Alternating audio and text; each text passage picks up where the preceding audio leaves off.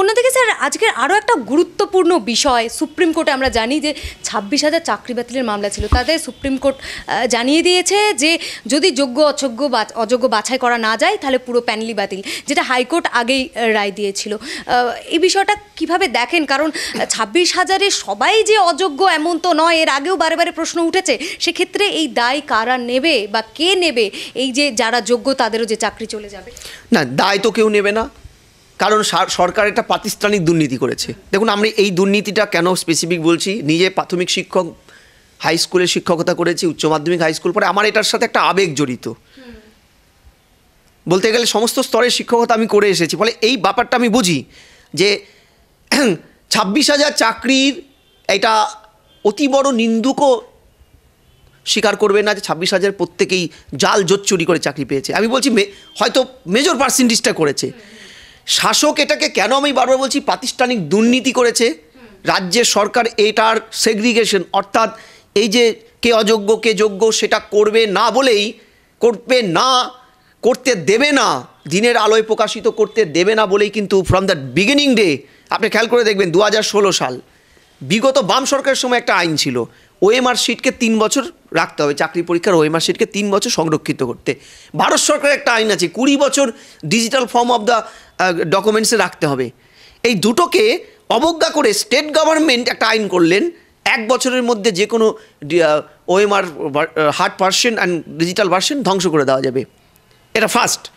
Second version, আমি আপনাকে documents দেখাতে পারি যে বিগত সরকারের এই আইনটাকে তারা শুধু চেঞ্জ করেনি, মানে প্রাতিষ্ঠানিক দুর্নীতিটা শুরু করার পিছনে যে প্লটগুলো সেটা কিন্তু সরকার করেছিল। এই ওএমআররা রাখলে পরেই, ওএমআর থাকলে পরেই, কোনো ক্লু থাকলে পরেই ভবিষ্যতে দিনের আলোয় বেরিয়ে আসবে কারা শূন্য পেয়ে চাকরি পেয়েছে। তাই তারা এই পুরো কপিগুলোকে কিন্তু ভ্যানিশ করে দিলেন, বাবা ভ্যানিশের মতন। খেয়াল করে দেখবেন, ওরা কিন্তু আজকে সুপ্রিম কোর্ট, হাইকোর্টের সেই কথাটাকে প্রতিধ্বনিত করে বলেছে যে ডাল মে কুচ কালা হয় না, টোটাল ডালই কালা হয়। সেকেন্ড বলেছেন, আদৌ কি সেগ্রিগেশনটা সম্ভব? আমার তো মনে হচ্ছে সরকারই এটাকে করেছে, একদম শিক্ষা দপ্তর এবং সরকারকে কাঠগড়াদার করেছে সুপ্রিম কোর্ট, যে আপনারা ডকুমেন্টসগুলো রাখেননি কেন। ওটাই তো একমাত্র ভ্যালিড পার্ট ছিল। যে ক্লাউড ভার্সনটা ছিল 3টে ডিস্কের মাধ্যমে, সেই ক্লাউড ভার্সনটা সিবিআই যেটা দিয়েছে সেটাও পুরোপুরি কমপ্লিট নয়। এন্টায়ার প্রসিডিওরে এসএসসি এবং শিক্ষা দপ্তর বারবার বলেছে আমরা সেগ্রিগেশন করতে পারবো না। এর আগে আজকে কি এমন হলো, রাজ্য সরকার একটা সুপ্রিম কোর্টকে একটা গাজর ঝুলিয়ে দিয়ে বললো আমরা সেগ্রিগেট করতে পারবো, আমরা যেটা দিচ্ছি সেটা সিবিআইয়ের সাথে মিলছে না। আমি বলছি আপনি যেটা দিচ্ছেন সেটা তো আগে দেননি, তাহলে তো এই নবত আসতো না এত দূর অবধি। দ্বিতীয়, আপনি যেটা দিচ্ছেন তার পিছনে কি ভ্যালিড ডকুমেন্টস আছে? সিবিআইয়ের তো তাও 3টে ডিস্ক আছে। তারা গিয়ে ব্যাঙ্গালোরেতে সেই কি স্ক্যান না কি একটা কোম্পানির ইয়েটা করে ডেটা স্ক্যানার, তাদের ইয়েটা দেখে টেকে নিয়ে ক্লাউড ভার্সনটা এনেছে। রাজ্যের কি ভ্যালিড ডকুমেন্টস আছে? আইন তো আর এইভাবে চলে না। আজকে শুনলাম তারা সিবিআইকে কাঠগড়ায় দাঁড় করাচ্ছে, অর্থাৎ সব দোষ এবার গিয়ে বেটা অর্থাৎ সিবিআইয়ের দায়। মানে রাজ্য ভালো করে জানে যে এই সেগ্রিগেশনটা যদি হয়ে যায় তাহলে গ্রামগঞ্জের পশ্চিমবঙ্গের কোনো গাছের গোড়া ফাঁকা থাকবে না।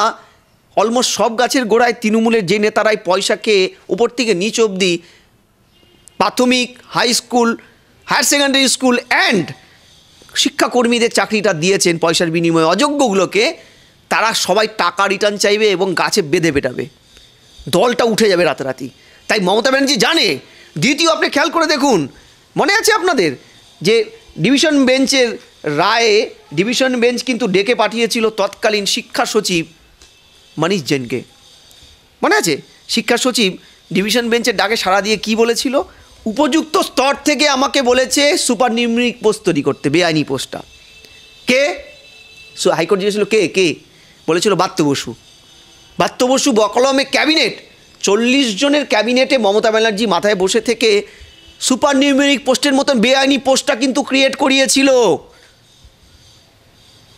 তাই তো ব্রাত্য বসু নিজে বলতে হয়েছে যে আমাদের মুখ্যমন্ত্রী মানবিক, কারো চাকরি খেতে চায় না, অর্থাৎ যে শূন্য পেয়েছে তার চাকরিও মমতা ব্যানার্জি খেতে চায় না। মানে তারই অংশ হয়তো, এই মানবিকতারই অংশ হয়তো এই রাজ্য এমন একটি রাজ্য যে মদ খেয়ে মরে গেলেও সরকারি টাকায় তাদেরকে দেওয়া হয়, রিহ্যাবিলিটেশন। স্টুডেন্টদের জন্য ক্ষতি, যে চাকরির খাতে শূন্য পায় সে কি পড়াবে? আমি বলছি এটা কোনো ক্লার্কের চাকরি চুরি নয়। হাই স্কুল বা স্কুলের শিক্ষকতা সমাজে মেরুদণ্ড, তারা যদি অযোগ্য হয় তাহলে যে তাদের হাত দিয়ে হিউম্যান রিসোর্স বেরিয়ে আসবে বছরের পর বছর, যে প্রজন্মগুলো তারা অযোগ্য বেরোবে, অর্থাৎ সমাজের সার্বিক বিপর্যয় তৈরি হবে। আমি বলছি এই সরকারই তো হাইকোর্টের রিপোর্টকে, অর্ডারকে চ্যালেঞ্জ করে সুপ্রিম কোর্টে গিয়েছে। হাইকোর্ট যখন বলেছিল 26,000-এর সেগ্রিগেশন করা না হলে বাদ দাও, এরা বসে বসে সরকারি টাকা ধ্বংস করছে আর ছাত্র সমাজকে ক্ষতি করছে। কিন্তু সুপ্রিম কোর্টে তো গিয়ে বলছে যে বাতিল করতে, মানে বাছাই করতে চাইলে তাদের কোনো মানে অসুবিধে নেই, করা যেতে পারে। অথচ বাছাই করার জন্য যে প্রসিডিওরটা সেটা তারা বলছে না, ভ্যালিড ডকুমেন্টস তারা দিতে পারছে না। ইভেন সিদ্ধার্থ মজুমদার চেয়ারম্যান, তিনি তো পরিষ্কার প্রেস ব্রিফ করে বলেছিলেন সম্ভবই নয়। আমার কাছে কোনো ডকুমেন্টসই নেই, আমি আপনাকে একটা ডকুমেন্টস দেখাই, তাহলে ব্যাপারটা অনেকটা জলের মতো পরিষ্কার হবে। যে দেখুন, সরকার বাহাদুর যে পাকাপুক্ত এইটাকে করেছে, এই নোংরামিটা, এই জোচ্চুরিটা করেছে, আমি জোচ্চুরিটাই বলবো, তার পিছনে বড় একটা লজিক আছে। লজিকটা হচ্ছে তারা কিন্তু প্রথম দিন থেকে জানতো যে চাকরিটা তাদের চুরি করতে হবে প্রাতিষ্ঠানিকভাবে, তাই আটঘাট বেঁধে নেমেছিল। আপনি বলুন তো, শান্তিপ্রসাদ সিনহার নেতৃত্বে যে 1 সদস্যের কমিটিটা হয়েছিল, যেটা বাক কমিটি বেআইনি বলেছিল নিয়োগের জন্য, কার নির্দেশে হয়েছিল? রাজ্যের মুখ্যমন্ত্রীর নির্দেশে তো, তাই তো? তাহলে সংবিধানের 164-র H-2 উপধারায় তো তার ক্যাবিনেটের কোনো দুর্নীতি, সেটা শিক্ষা দপ্তর করুক যাই করুক, তার দায়িত্ব তো, রেসপন্সিবিলিটিটা তো যৌথভাবে কালেকটিভলি মুখ্যমন্ত্রীর ঘাড়েও পড়ে, প্রথম। দ্বিতীয়, আপনি খেয়াল করে দেখুন তৎকালীন চিঠিটা, যে তৎকালীন এসএসসির চেয়ারম্যান একটা চিঠি দিয়েছিল ডেটা ইনফোটেককে, যে তড়িহড়ি এই ডিএগুলো, ওএমআরগুলোকে ডিস্ট্রয় করে দিতে। চিঠিটা দেখুন, আমার কাছে আছে, প্রত্যয়ত নকল আছে। এই চিঠিটা 2018, সেখানে ডিউ টাইমের আগে সমস্ত প্যানেলের ওএমআর শিটগুলোকে, সম্ভবত 33 লক্ষ বা 30 লক্ষ এরকম কিছু, সবগুলোকে ভ্যানিশ করে দাও, যাতে আর প্রমাণ করা না যায় যে কারা পয়সা দিয়ে পেয়েছে কারা পায়নি। তাহলে দাঁড়াবে কোথায়? দাঁড়ালো যেটা, যদি আগামী শুনানির মধ্যে স্টেট গভর্নমেন্ট, সিবিআই সবাই মিলে আন্তরিকভাবে সঠিকভাবে একটা সেগ্রিগেশন করতে না পারে এই প্যানেলটা, আমি বলছি আইন তো আর মুখের কথায় চলে না। তাহলে যা হওয়ার তাই হবে। যে আপনি ভ্যাকেন্সি 24,640, আপনি চাকরি দিয়েছেন 25,753 জন, কী করে হয়? ভ্যাকেন্সি তো আপনি পাস করিয়েছেন, ফিনান্সে তো পাস হয়েছে। এই যে 17টা কলায় চুরি হয়েছে চাকরিটা, মনে আছে হাইকোর্ট দেখিয়েছিল 17টা বিভিন্ন কলা, 16 কলা নয়, আমাদের ভারতীয় শাস্ত্রে 16 কলা নয়, 17টা কলায় চুরিটা হয়েছিল। এই চুরিটা করেছিল একটা লোক নয়, উপর থেকে নিচ অবধি। এবং আমি আপনাকে বলছি, সরকারের বিভিন্ন দপ্তর বড় মাথা যুক্ত না থাকলে এই অর্গানাইজড ক্রাইমটা হতে পারে না। এটা শুধু ঘুষ নেওয়া নয়, এটা অর্গানাইজড ওয়েতে ঘুষ নেওয়াটাকে প্রাতিষ্ঠানিক রূপ দিয়ে এদেরকে চাকরিতে টিকিয়ে রাখার মরিয়া চেষ্টা। তা না হলে জনগণের ট্যাক্সের টাকায় এই জোচ্চোর অযোগ্যদের বাঁচাতে সরকার কি করে যাচ্ছেন। আপনাকে আরেকটা লাস্ট কথা বলে নিই, সরকার কেন এটা সেগ্রিগেশনটা মনে প্রাণে চায় না। একটা উদাহরণ, মাননীয় সুপ্রিম কোর্ট কী বলেছিল? প্রত্যেকটা ক্যান্ডিডেটের 26,000 মুসলেখা নিতে। স্টেট গভর্নমেন্ট, খবর নিন, যে কোনো ডিআই অফিসে ডিআইতে যান, ওরা জানিয়ে দেবে। স্টেট গভর্নমেন্ট চিঠি দিয়ে সুপ্রিম কোর্টের অর্ডারটা যাতে না মানা হয়, প্রত্যেকটা ডিআইকে চিঠি দিয়েছিল। অর্থাৎ সুপ্রিম কোর্টের অর্ডারে কোনো টিচারের মুচলেখা আজ অবধি সরকার নেয়নি। এই 26,000-এর কারোর মুচলেখা কিন্তু নেয়নি সরকার। অর্থাৎ সরকার আন্তরিকই নয় এই সেগ্রিগেশন, এই জোচ্চোরগুলোকে বের করার, কারণ বের করলে দলটা উঠে যাবে, সরকার পড়ে যাবে। মমতা ব্যানার্জি ভালো করে জানে। তাই দেখবেন এই 7 তারিখ যে জানুয়ারি, যেটা সম্ভবত আপনার কাছেই শুনলাম, 7 তারিখ, 7ই জানুয়ারি যে নেক্সট ডেটটা পড়েছে, এই ডেটটা দেওয়াই হয়েছে টাইম কিলিংয়ের জন্য। It's a clear cut time killing policy. এর মধ্যে যদি কিছু ম্যানেজ করে দেওয়া যায় সুপ্রিম কোর্টে, যদি কিছু করে দেওয়া যায়, কিছু ম্যানেজ কিছু করে যাওয়াতে আপনি কি বলতে চাইছেন? তাহলে মানুষ কোথায় যাবে? মানে বিচার ব্যবস্থা প্রভাবিত হয় আপনি ইঙ্গিত দিচ্ছেন? না, আমি সেই বলার জায়গা তো আমি নেই। আমি বিচার ব্যবস্থাকে, তার অর্ডারকে সম্মান জানিয়েই বলছি। এ রাজ্যেই তো এখনো পর্যন্ত ভারতবর্ষের সবচেয়ে বেশি ইডি সিবিআইয়ের মামলা চলছে। কটা দিনের আলোয় এসছে বলুন না? সবই তো ছাড়া পেয়ে যাচ্ছে। লম্বা লম্বা জেল ঢোকার তালিকা আসছে, লম্বা লম্বা তালিকা বেরোচ্ছে জেল থেকে বেরিয়ে আসার। হচ্ছে তো ফ্যাক্ট।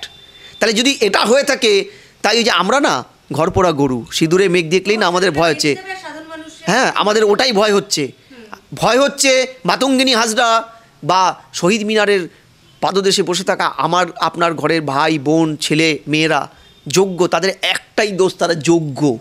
তাই রাষ্ট্র তাদেরকে 8-9 বছর তাদের জীবন থেকে নষ্ট করে দিয়েছে। তাদের চোখের জলের কোনো মূল্য নেই। সেই বোনরা যারা ওই ধর্মতলায় বসেই সন্তান জন্ম দিয়েছে, সন্তান বড় হয়ে গেছে, আমার আশঙ্কা এই চলতে থাকলে তাদের সন্তান ওখানেই যুবক হয়ে আরেকটা বেকার হয়ে ধর্নায় বসবে। রাষ্ট্র চাকরিটা আলু পটল ঝিঙ্গার মতন বিক্রি করেছে, রাষ্ট্র বিক্রি করেছে। তাই রাষ্ট্রের থেকে তোমরা কেউ আশা করো না যে তারা সৎভাবে অযোগ্যদের লাথি মেরে তাড়িয়ে দিয়ে যোগ্যদের প্যানেল থেকে স্থান দেবে। এটা তোমরা আশা করো না। করলে 8 বছর হয়ে 9 বছরতম পড়তে যাচ্ছে, নতুন বছর পড়তে যাচ্ছে 24, 9তম বছর। রাষ্ট্র কিন্তু কিচ্ছু করেনি। রাষ্ট্র খালি কথা দিয়ে গেছে। রাষ্ট্র শুধু কথা দিয়েছে আর ঘুরপথে অযোগ্যদের প্যানেলে রাখতে, যাদের থেকে তার দলের নেতারা পয়সা খেয়েছে, তাদের রাখতে সুপার নিউমেরিক পোস্টের মতন বেআইনি পোস্ট ক্যাবিনেট তৈরি করেছে। বাস, এর বাইরে কোনো উদাহরণই কি আর আছে? রাষ্ট্র আন্তরিক, এই কথাটা যারা বলছে তারা মূর্খের স্বর্গে রাজ্যে বাস করছে। একদমই, মানে আজকের এই এপিসোডটা শেষ করার মতো ভাষা আমার কাছে নেই। 7 তারিখ নজর রাখতে হবে যে সুপ্রিম কোর্টের রায় কী হয়। যোগ্য অযোগ্য যারা আছে 26,000 সব চাকরিগুলোই এখন মানে ভবিষ্যৎ নির্ধারণ হবে এই 7 তারিখই। দেখা যাক আদৌ আবার ডেট পড়ে কিনা স্যার, সেটাই তো নজর রাখতে হবে। ডেট পে ডেট, তারিখ পে তারিখ। গণতন্ত্রের আরেকটা লজ্জাজনক হয়তো অধ্যায় যে আইনসভায় মারপিট করছে সাংসদরা, আর বিচার ব্যবস্থা জাস্টিস ডিলে জাস্টিস ডিনাইড ভূমিকায় অবতীর্ণ হয়ে আছেন।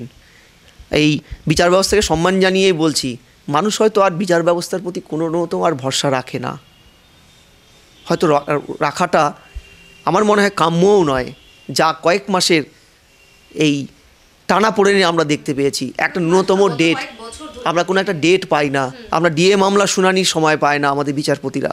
আপনাদের সম্মান জানিয়ে বলছি, মানুষের বিচার ব্যবস্থার প্রতি যদি ভরসা উঠে যায় না, সমাজে মাৎস্যন্যায়ের যুগ ফিরে আসবে।